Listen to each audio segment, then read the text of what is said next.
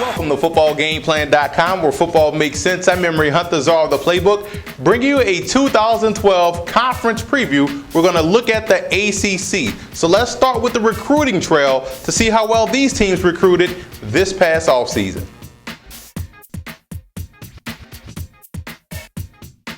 Once again, the Florida State Seminoles had the best recruiting class in the ACC. They went across the country and even across the pond to grab some talented players. Now, you look at the guy that stands out to me the most would be Mario Edwards Jr., the defensive end out of Texas, 6'4", 290 pounds. This guy has brute strength, and that jumps out at you right away on film. He doesn't have the burst off the edge like most defensive end prospects. That's why I think he may be better suited to move down to defensive tackle, but I think this guy will be a stud on the interior for the Seminoles.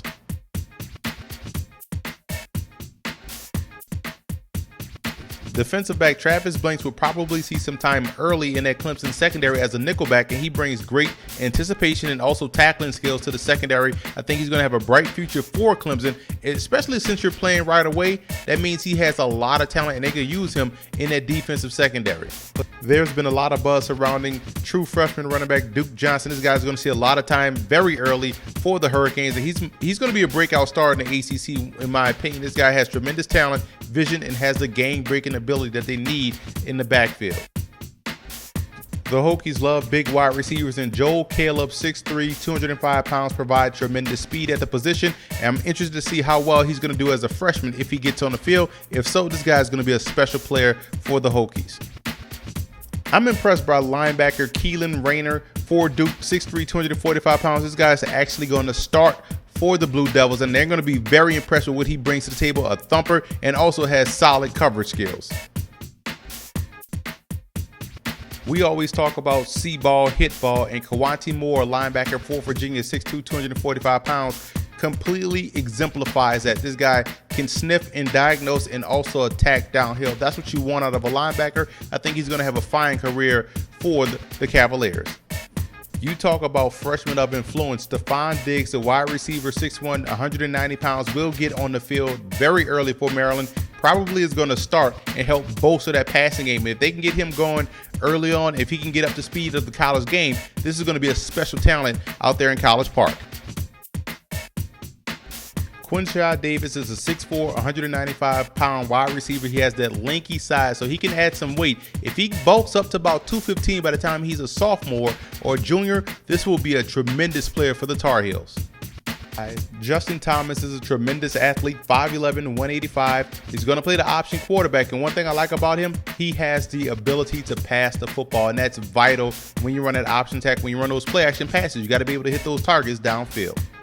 Kahadri Hooker is a guy that does a great job of pushing the pocket, and that's what you want from a defensive tackle. So he also provides the quickness to beat you off the snap and could provide some pass rush ability from that position. That's going to be a huge addition to that Wolfpack defense this season. College has a tradition of having tremendous offensive linemen, and Frank Taylor will be next in line, 6'4", 285. He's going to play on the interior. I see him bulking up to about 315 and being a stud player for the Eagles. Wake Forest got themselves a great pass rusher in Josh Banks, 6'4", 250 pounds. I think he will do a great job coming off the edge, playing with his hand in the dirt, and also standing up a little bit, has that type of athleticism, and will do a great job as far as getting to the passer for the Demon Deacons.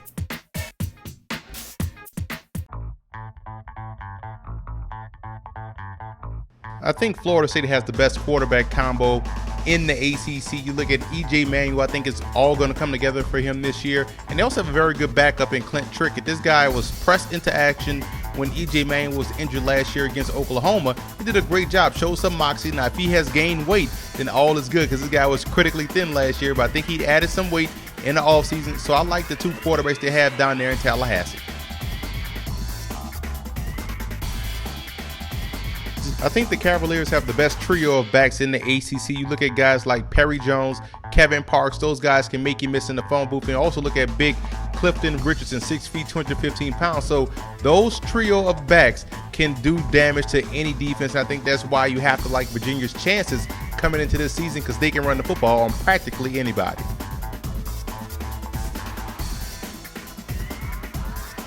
Even with losing the guy the caliber of Dwayne Allen at the tight end position, you still have to like Clemson's wide receivers with Sammy Watkins, DeAndre Hopkins, and I want everybody to keep an eye on Martavius Bryant this year. I think this young man will have a breakout campaign. Look for more of a 3 wide receiver look as opposed to a tight end and 2 wide receivers. I think Clemson right now has the most explosive group of receivers in the country.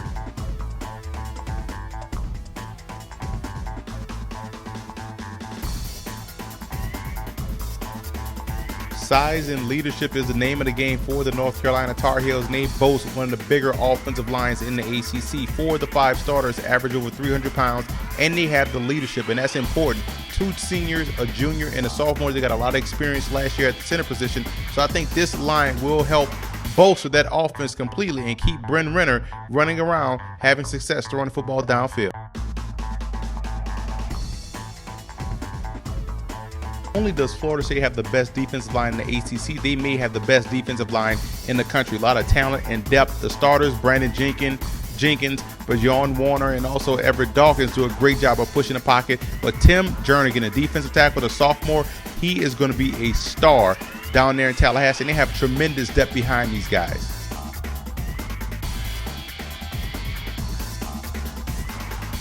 The Hokies have some of the better linebackers in the country. They're led by their talented playmaker, Bruce Taylor, number 51. This guy is all over the football field making a lot of plays, but I'm a big fan of their depth guys like Alonzo Tweedy and also Chase Williams. Those guys just make a lot of plays. They're very fast, they're talented, so each one of these linebackers for the Hokies can blitz, they can cover, and they also play downhill, so this is a great core of linebackers the Hokies have.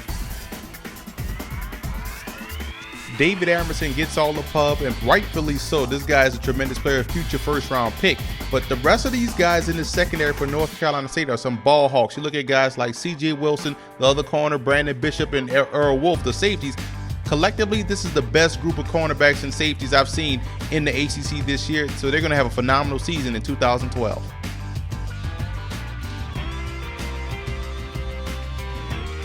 Florida State has 2 outstanding returners. Greg Reed is one of the best punt returners in the country if he can keep his head in the game and keep the off-the-field issues at bay. Now you look at the other guy, Carlos Williams, the talented safety.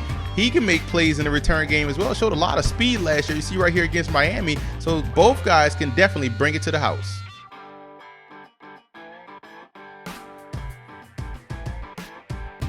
I believe Logan Thomas will be the offensive MVP of the ACC. I think he's going to make a huge jump in his progression as a quarterback and may end up leaving Virginia Tech to go to the NFL. That's how big of a jump he's going to make. So by default, I think he's going to win the offensive MVP outright.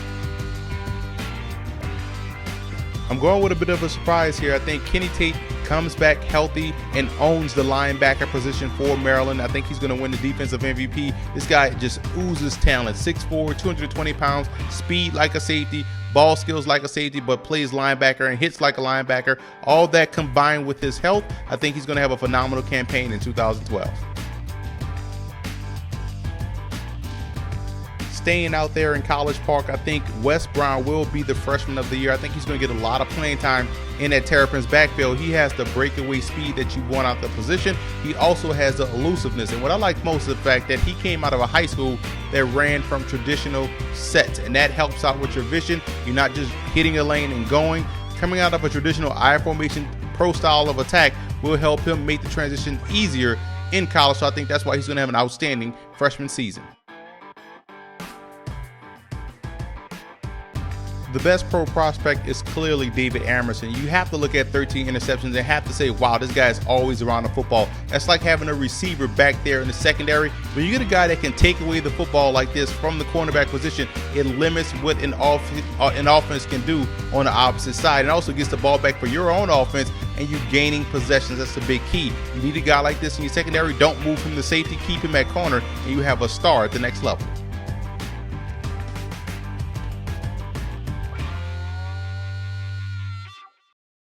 With 10 starters returning on offense, I expect a huge year from quarterback Chase Reddick. They're well protected up front, led by the 2 tackles John Wetzel and also Emmett Cleary, so they should have some success on offense. Defensively, linebacker Kevin Pierre-Louis carries on the tradition of very good linebackers from BC. He had 74 tackles for loss last year, led the defense, but there's a question mark on the D-line and in the secondary. But Boston College success will ultimately come down to throwing the football and getting pressure on the QB. If they can't do so, it could be another bad year out there in Chestnut Hill.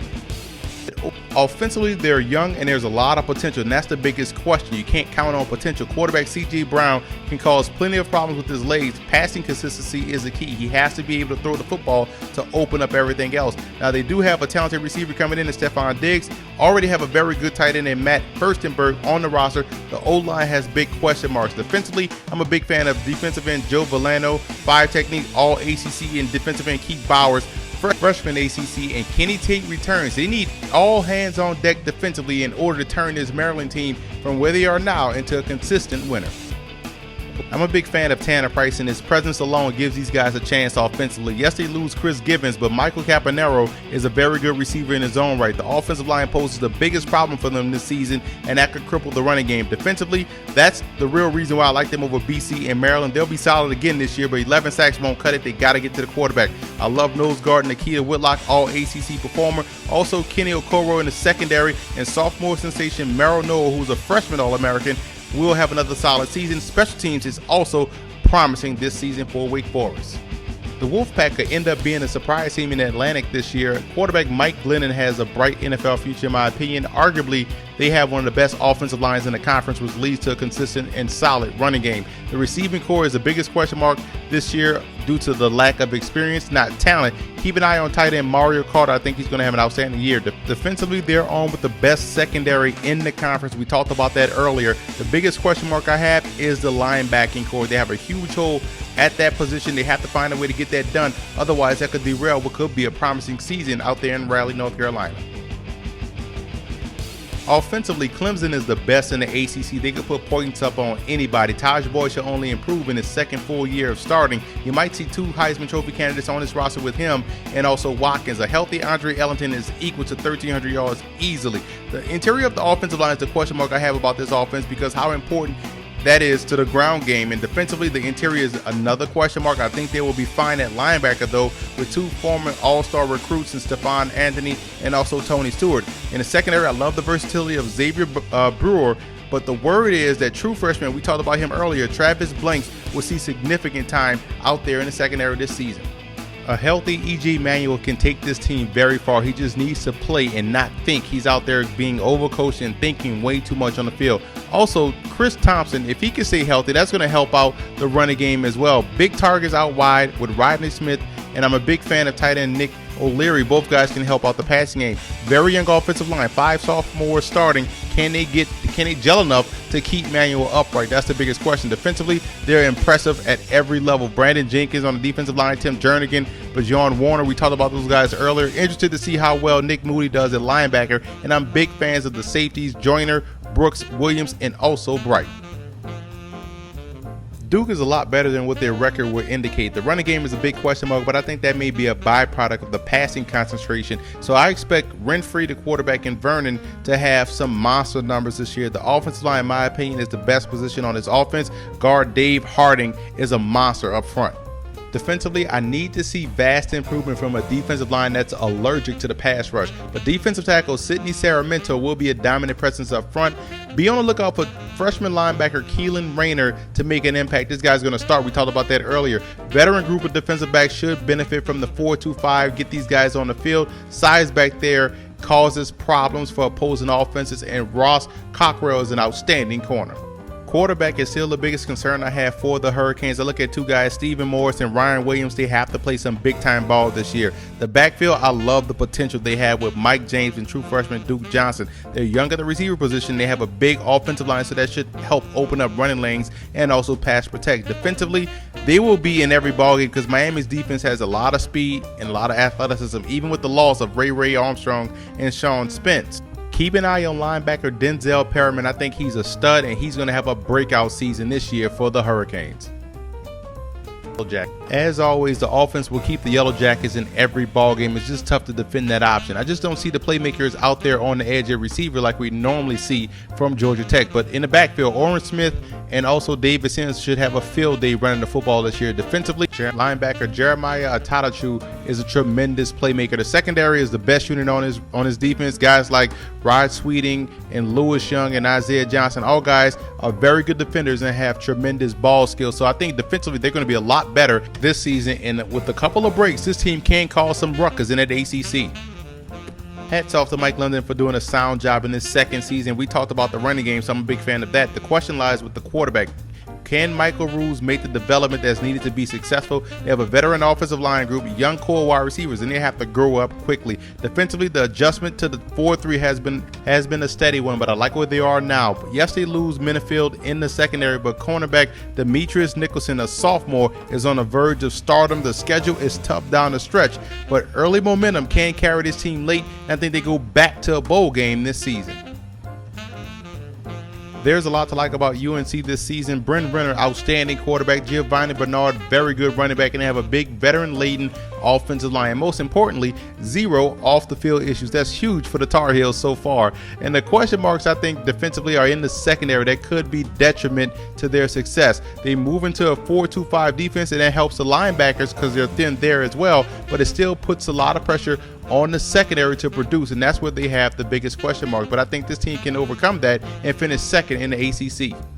And year in, year out, the Hokies are a very tough ball club, and yes, they have some holes. They have to replace David Wilson. We have to find out who's going to be their bell cow back this year, but you have to like Logan Thomas in that passing game. I think that's going to be the key this year. I think you're going to see a well-oiled passing attack this year from Virginia Tech. Defensively, they're going to be aggressive. The linebackers are the best in the conference, and you know their special teams will always be solid as long as Frank Beamer is there. So there's a lot to like about VT this year, and I think that's why I believe they win the Coastal Division.